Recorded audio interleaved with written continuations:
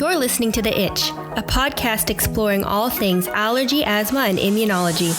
I'm your co-host, Courtney, a real-life allergy, asthma, and eczema girl. And I'm your second host, Dr. Payal Gupta, a board-certified allergy, asthma, and immunology doctor. Courtney and I hope to balance each other out so that we get you all the information that you want and need about allergies, asthma, and immunology.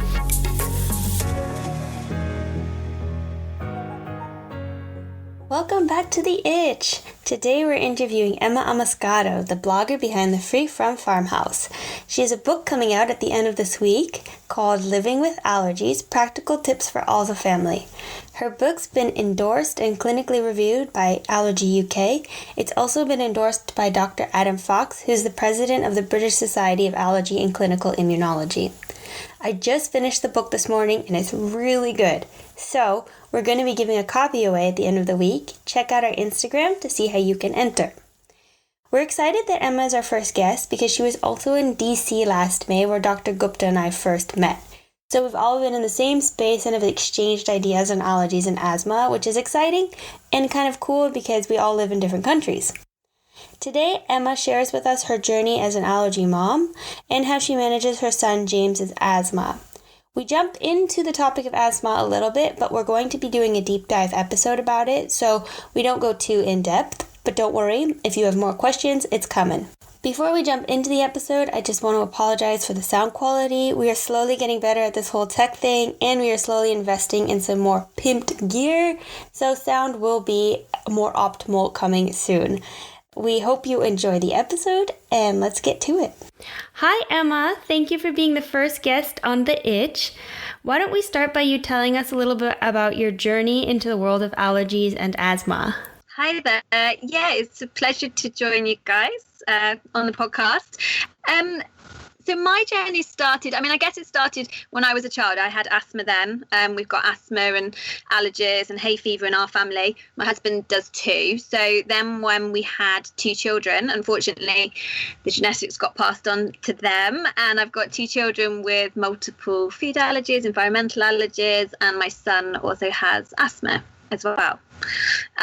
We got thrown into that when he was a baby, and when he had an anaphylactic reaction when he was 1. I started a blog all about it called Free From Farmhouse, because my background as a journalist means the way I deal with things is I want to start writing, researching, looking into things, that's helped me learn more, connect with more people, go with you lovely ladies to Washington, and just arm myself with more knowledge really, and hopefully help others along the way. When you started writing, was it just your son who had the allergies, or were both of them? Did you start writing when both of them started having allergies, so you needed that connection between the two of them? It wasn't just I'm dealing with one, I'm dealing with two children. No, when I first started the blog, I hadn't had my daughter yet. So James was only, how old was he? 15 months old. So we'd found out he'd been diagnosed with all his allergies when he was about 9 months, and we started getting more into it. He'd also had a bout of bronchiolitis, been in hospital with during that time. And then when he was 15 months old, he got hold of another child's milk bottle and took a sip and had an anaphylactic reaction. And that kind of obviously heightened everything a bit more and kicked things up a notch. And that's when I really started to kind of take things seriously and think, okay, I need to know more about this. Was that his first time reacting with that one drink of milk? Yeah, he'd had reactions in the past. He'd had various different reactions, from kind of full body hives to vomiting, really severe eczema when he was a baby, all sorts of reactions. But that was the first time it went straight to breathing difficulties. He had to sip from this milk bottle, and then, we had to use the adrenaline injector on him. Oh, so you already carried one with you? We already carried one, he'd already been diagnosed at 9 months. And I think because of his past reactions and because he had multiple different allergies, came up very highly to nuts and all sorts, they gave us, thankfully, they'd already given us the adrenaline injectors before he had that reaction. So that's interesting. So he kind of started off with his eczema, right? Yeah. So everything kind of started with the eczema. And then did that trigger your doctors to kind of do the food allergy testing? Oh, that's a long and bumpy story, which unfortunately I think is quite common for a lot of parents. He had very severe eczema by the time he was about 10 weeks old.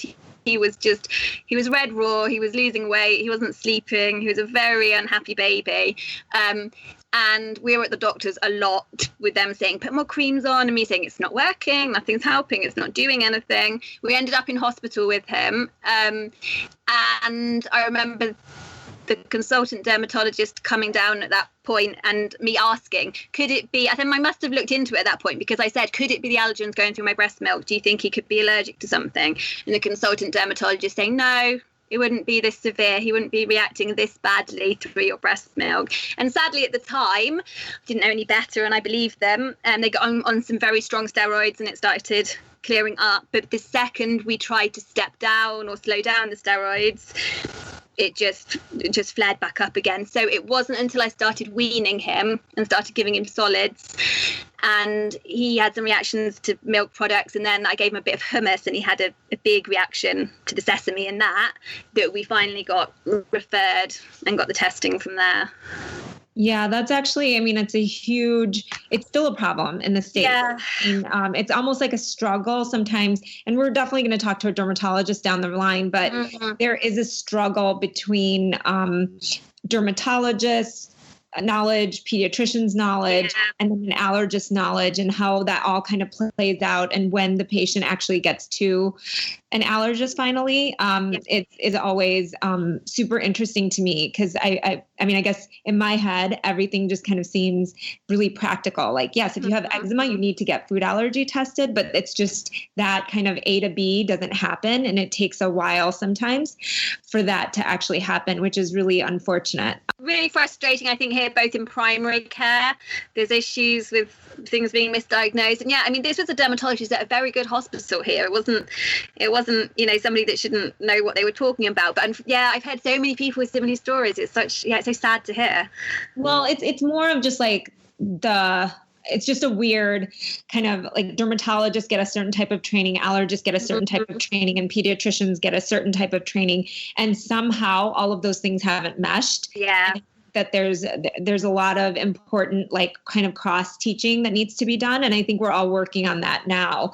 But I think conversations like this will hopefully help parents that have children with eczema go to an allergist sooner, a lot sooner. And so I guess that's kind of really what we're hoping to do, is just kind of shed light on a lot of these topics, and as you are with your blog. And did you, when you had your daughter, did you guys just ask for testing immediately? Were you worried that would be a case for her? Or did you not eat certain foods when you're breastfeeding, for instance?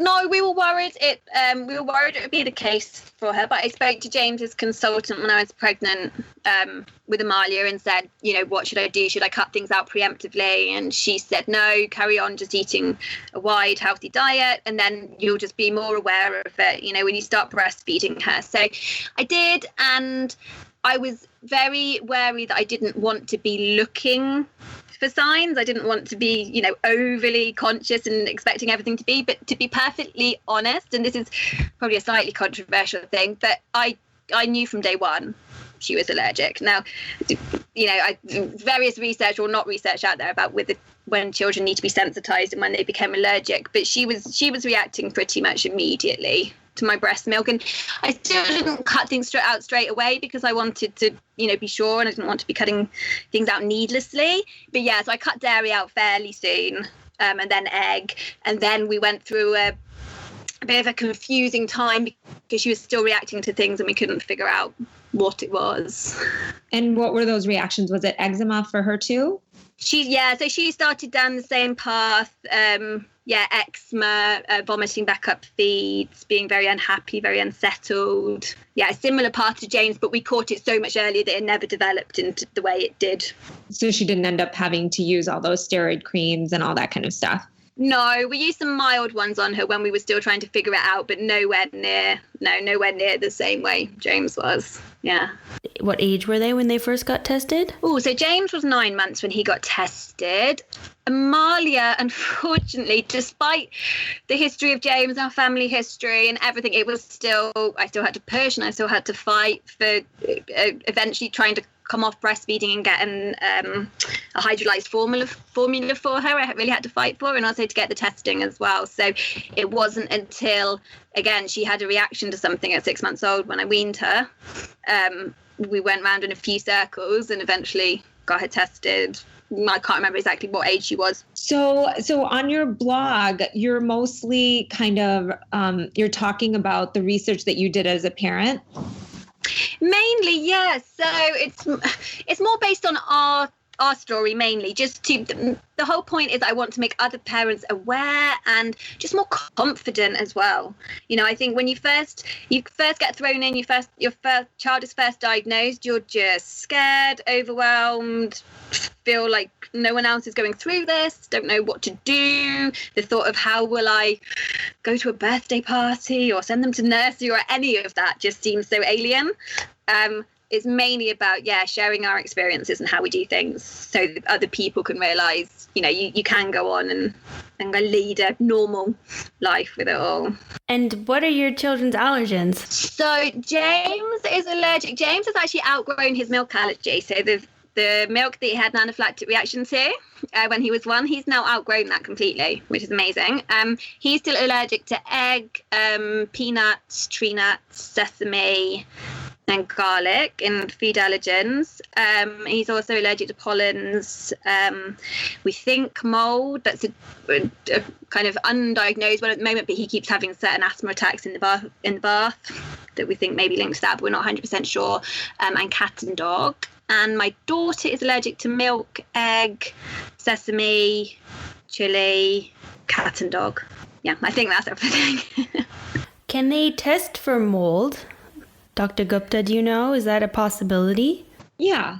There's a blood test for mold, and then there's also a skin prick test for mold. So yeah, that's definitely an allergen that we can test for.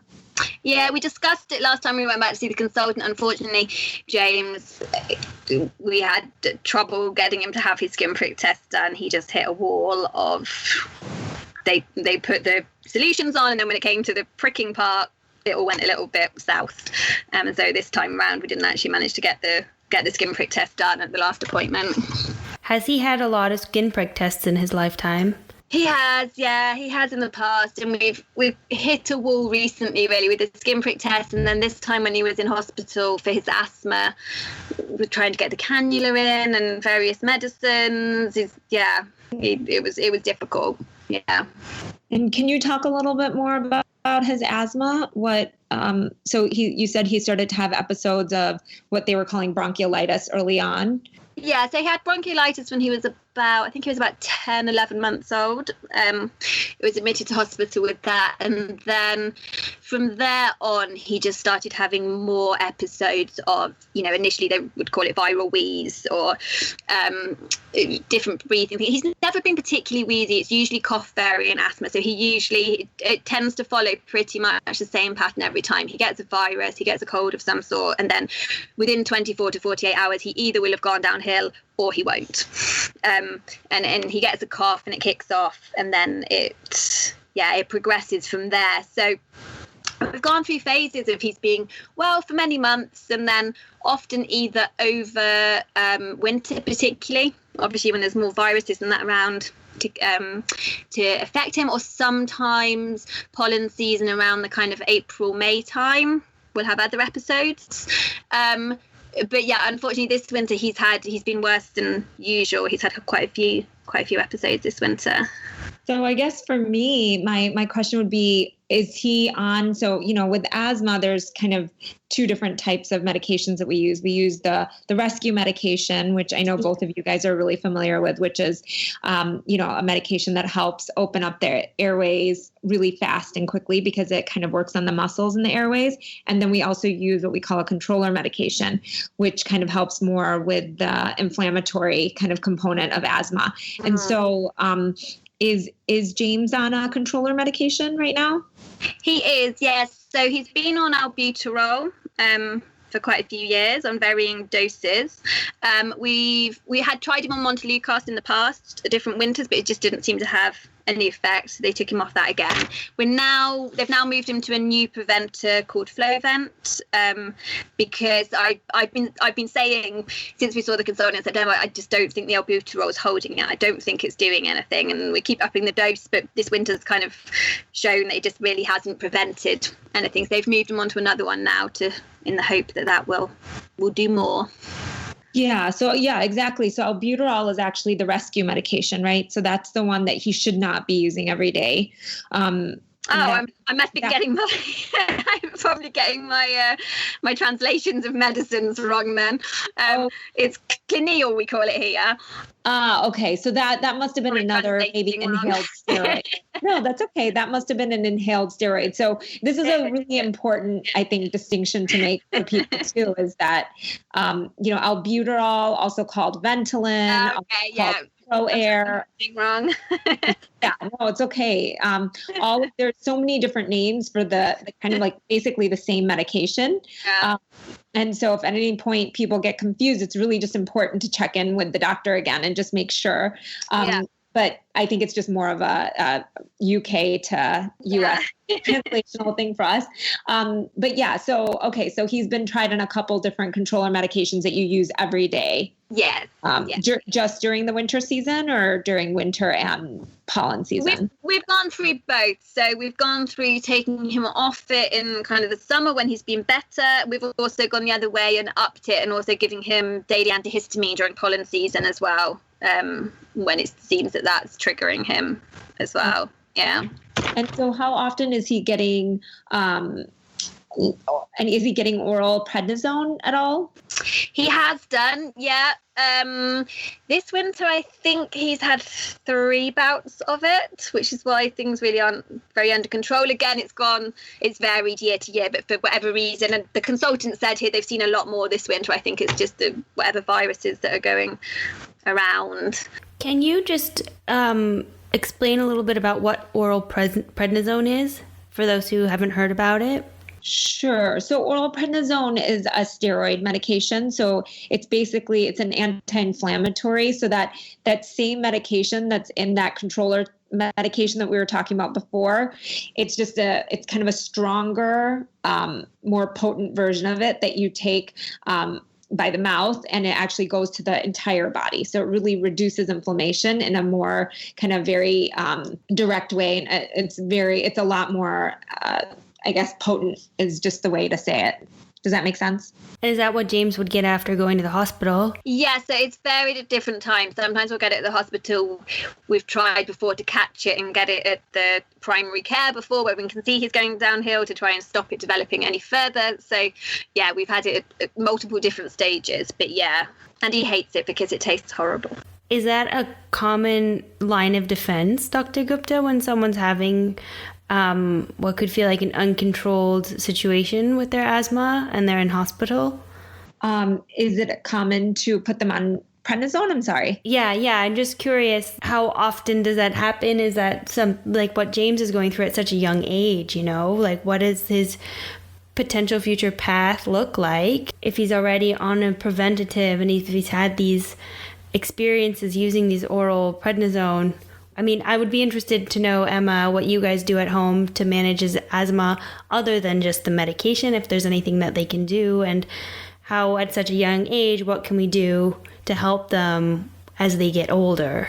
So, I mean, that's interesting. That's an interesting question, because actually I had pretty severe asthma when I was little, and then people do tend to grow out of it to a certain degree, meaning that when they're younger, they can have pretty severe asthma. And then as they get older, the severity kind of reduces. And we don't really, there's not like a clear reason as to why that exactly happens. But for some reason, the airways are just slowly become less reactive or less kind of, just irritable. And so, hopefully that'll be the case for James, that he'll kind of become less reactive. And it doesn't mean that the asthma ever completely goes away, but what it means is that he just isn't going to be as reactive. Does that make sense? Like once you have asthma, you kind of always have the predisposition to have asthma. I think actually this might be a good time just to define asthma because we haven't really defined it. So asthma is essentially, the way that I explain it to people is just that there's two different things going on. One is that the airways are more, the muscles around the airways are more sensitive. So when you get exposed to things like viruses, environmental allergens, your muscles will kind of tighten up more easily. And the second thing is those same triggers like viruses and environmental allergens can also lead to the release of inflammatory cells that can cause inflammation and irritation. And the way that we kind of know that there's a lot of inflammation and irritation in the airways is because, and especially for James, we know that is because he's just so sensitive.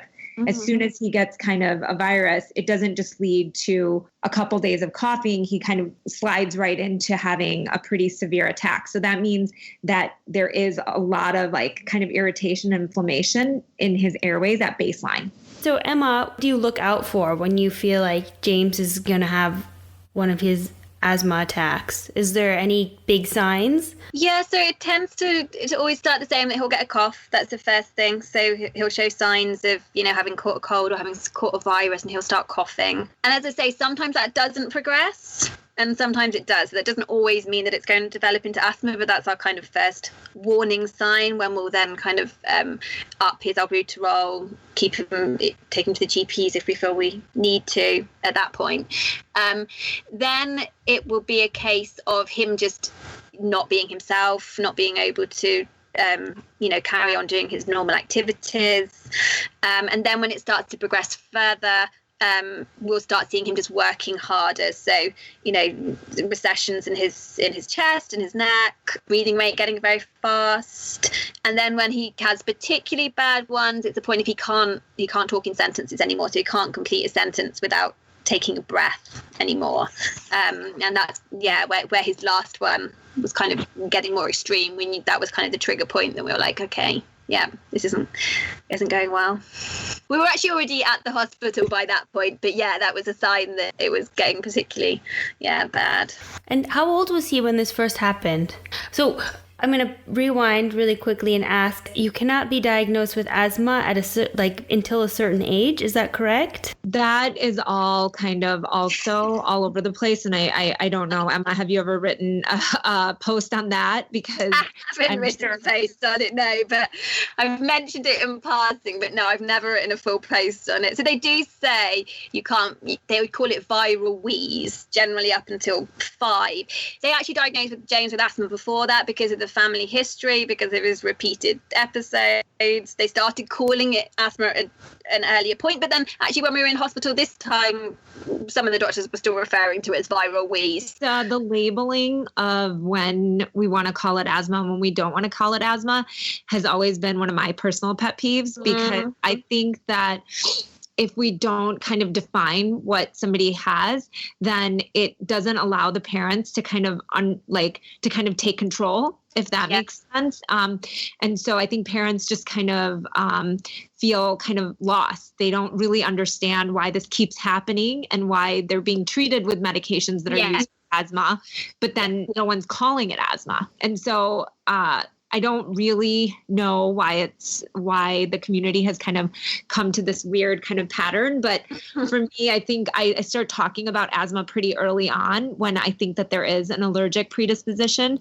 in the family. And I kind of start talking about this probably is asthma early on, just so parents can kind of get a hold of it better. And then if it turns out that it was a very transient kind of wheezing and the kid is just totally fine after a year, then we can kind of go backwards and just say, never mind, this wasn't really, it doesn't look like he has asthma. It looks like it was just kind of a, reactive airways, just that he was kind of sensitive in this time in his life, but now it looks like things are totally fine. Does that make sense? Yeah. I think that's really important because I think, as you say, it's treated the same. You put on asthma medication, you're still given the same kind of treatment plan. And I think, as you say, it's difficult for parents. It's also difficult then to communicate it to other people, because obviously when James went to preschool, he went to school, we had to talk to them about his asthma, have an asthma emergency plan in place. And if you're having to call it a viral wheeze plan, it doesn't, if you want people to take it seriously, which they need to, then sometimes having that label is kind of needed to be able to communicate that to other people. Teachers and caregivers have heard of asthma. They didn't not understand it, but they understand the basics of what that means. When you start saying viral wheeze, it doesn't really have the same resonance. Yeah, it just becomes confusing for everybody. I totally agree. So, yeah, I think that makes sense. And so through your blogging, what do you feel are the most common questions that people have about asthma in particular? Oh, that's a good one. With asthma, I think the treatment is confusing, and things will often be thrown about here. And again, sometimes it's a disconnection between the primary care and then how things might be treated at the hospital, or if you sometimes getting a referral can be difficult to get to the consultant or to get to the asthma department at the hospital. So a lot of it is then treated at primary care, when maybe they haven't always got the knowledge or the kind of depth of understanding of things. So people don't necessarily understand what treatment they're being put on, especially Montelukast is thrown about a fair amount over here. And also two things, not understanding how they should be taking their medication, how important it is to take it consistently. And I think people also have this fear of the word steroid, of my young child is being put on steroids and that's a bad thing. And so they try to take them off them too early, or try not to give them as much because they feel like it's a bad thing that they're giving their child steroids. Yeah, and we actually talk about that a little bit during one of our episodes in regards to eczema in particular, but it kind of holds true for any of the allergic conditions. Steroids, and either, topical steroids for the eczema or inhaled steroids for the asthma, are kind of it's a very critical preventative step to make sure that things don't get even worse, right? Mm-hmm. And so for James, it's really important for him to be on the inhaled steroids at the highest dose that he needs in order to prevent him from getting the oral steroids, because the oral steroids are generally associated with more side effects because they're affecting the entire body. They're not just kind of targeted towards the lungs. And I think that's the other thing that I talk to parents about a lot, is that the inhaled steroids aren't the oral steroids, right? So inhaled steroids are only going into the airways. They're only affecting the airways, whereas the oral steroids are going all throughout the entire body, and they're able to affect the eyes, the heart, the skin. They're kind of affecting every part of the body, and not just the airways, not just the lungs. And so that's why it's so critical to stay on those inhaled steroids in order to prevent the child from getting the oral steroids. And other than the preventative, like the medication side, is there anything that you guys do at home or that you do with James to help him manage his asthma? In terms of trying to prevent triggers, we do have we have an air purifier at home. We have a vacuum cleaner, that has a HEPA filter in it. We try to kind of keep the air clear. To be honest, I'm not quite sure of how much they do. I think they have helped in pollen season. In terms of, as I said, his main triggers are viral, and there's not, apart from not letting him go to school, which is where he picks most of them up, there's not that much we can do to prevent that side of things. But we do try to, I feel like I did see an improvement in pollen season using the air filter when they were sleeping. And also we just try to help him understand it and manage it as well, and feel confident about it. So now he's a bit older, he uses his peak flow every day. I don't know if you call it the same thing, where he blows into it and it gives a number reading to see how well his lung function's doing. So we do that so we can help him kind of understand when he's doing well, or when he needs to pay more attention, and also just helping him be able to communicate it when he's at school or when he's not feeling well. and make sure that he's very clear about that. And something we've had to be doing recently is making sure that he never uses it as an excuse for something. To say, oh, I don't want to go and do physical activity today. Or I don't want to go outside. Oh, I've got a cough. So we've had to have a lot of conversations about, you must never make anything up. You must only ever say something when it's true, so that, your teachers understand when to take it seriously. So make sure that he fully understands why we're doing things and how things work. I think that's so interesting for me to hear that, he's only 5 years old and he's already kind of figured out that this is a good way to kind of get out of things, and, to kind of figure out how he can kind of finagle the system, because he knows that you guys are so worried about his asthma. Yeah, exactly. Yeah. And particularly on this most recent episode, because it was quite a bad one and he was admitted to hospital and he had to have a lot more medicine than usual, and so we'd kept him in for a couple of days at school, and then he was trying to push it for next week. Oh, I've got a cough. No, you haven't. Wow. Yeah. It's but the same with allergies, with both of them. We want him to understand the medication and the reactions and the asthma attacks, but also to be able to communicate that properly when he needs to. Because he is at school now, so we're not always there when something happens, and we need him to be able to kind of advocate for himself properly. Yeah. And how is that experience of having him in school? Like, how was that, like, the transition, from him being at home with you all the time and then being at school? It's scary. It's difficult always to, because you're used to watching them all the time, and because you know their reactions, really know their asthma, and you can spot signs a lot quicker. And obviously you haven't got another however many children to watch at the same time. But his school's been really good. We went into everything very thoroughly with them. I sat down with them when he got his place accepted and went through a whole management plan of everything I wanted to cover in terms of how we manage the allergies, how we manage the asthma. We put care plans together.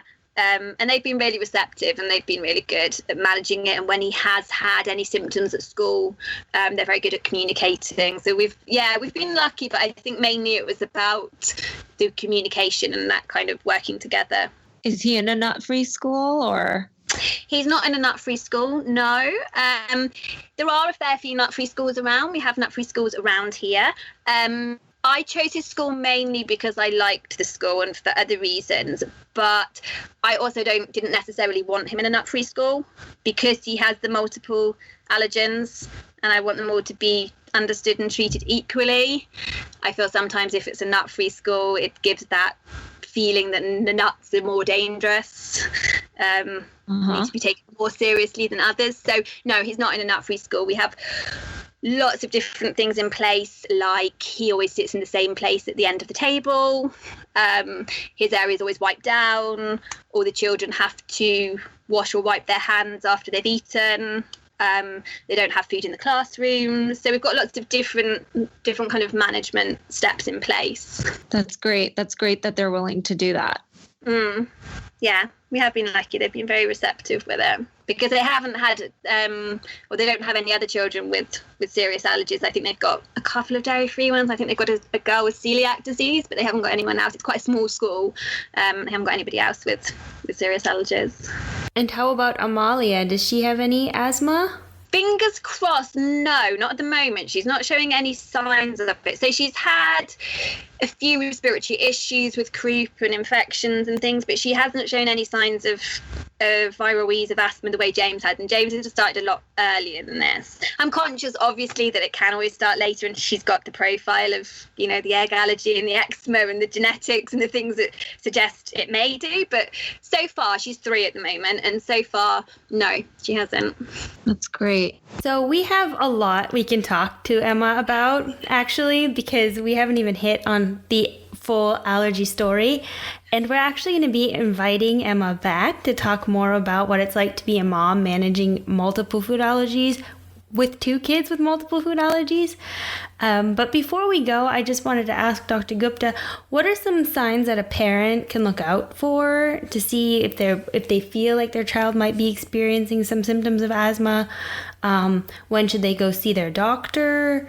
What are the first steps that they can take? Yeah, so I think that, as in the case of James, he mostly has his episodes after he gets, a viral infection. And viruses for all people, all children, can cause coughs, and they can cause, difficulty kind of breathing. But when you really have to worry is when there's kind of that wheezing and coughing and that increased kind of respiratory rate, so breathing really fast. And when that doesn't just kind of resolve after maybe like a night or 2 in the beginning of having that virus, when it kind of lingers, that's really when we start thinking that there might be something else going on. And then obviously, if that kind of coughing, wheezing, shortness of breath doesn't really resolve after just kind of if it just kind of keeps getting worse and it seems that it's not getting better to the point where, for example, Emma has taken James to the hospital, that's when it's not getting better with just the maybe like, I don't really love cough suppressants for infants or for little children. But, if you're using like a cough syrup and it's not getting better and it just seems to be getting worse and you end up at the hospital and they use that nebulizer and the nebulizer works, that's really when we start thinking that it's looking more like asthma. And so I think the things to watch out for, again, are just symptoms of like coughing, wheezing, shortness of breath that don't seem like just a normal mild cold, where it just kind of keeps worsening and the symptoms just kind of don't get better without needing some kind of extra intervention. And then the first place they would go to is to their GP. Yeah, I think the first place is always to start with your pediatrician because they know you the best, right? Going to an urgent care, going to the emergency room, unless it is an emergency. So if your child is, in the middle of the night having extreme difficulty breathing, then you have to go to the emergency room. But if it's during the day and you can go in to see your pediatrician and they're not having any extreme difficulty in breathing, then the first step is always your pediatrician because, again, they know your history. They know James the best. And so that would be the first place to start always. Great. And Emma, let's leave off with this question. What would your one piece of advice be to any parent whose child has been newly diagnosed with asthma? My first piece of advice would be don't panic. It's scary, and probably if they've just been diagnosed with asthma, then you've seen them struggling to breathe. You've been through that, that difficult area, and it's easy to then, want to sit up and watch them all night to see if they carry on breathing. Arm yourself with as much information as you can. Talk to your GP. Give the medicine consistently and properly. And if you have any concerns, trust your instinct. Go and see the GP again. Don't be afraid of pushing for more information or more care. And if you're uncertain at all in the middle of the night about their breathing, take them to A&E, take them to ER and get them checked out. Great, thank you. Do you have anything to add before we sign out, Dr. Gupta? No, I think that all of that advice is perfect advice. I especially love the kind of emphasis on having parents just make sure that they're giving the medications as they were prescribed. I think that's probably the main thing with asthma is just kind of sticking to a plan that, you've come up with your doctor. So thank you, Emma. That's great advice.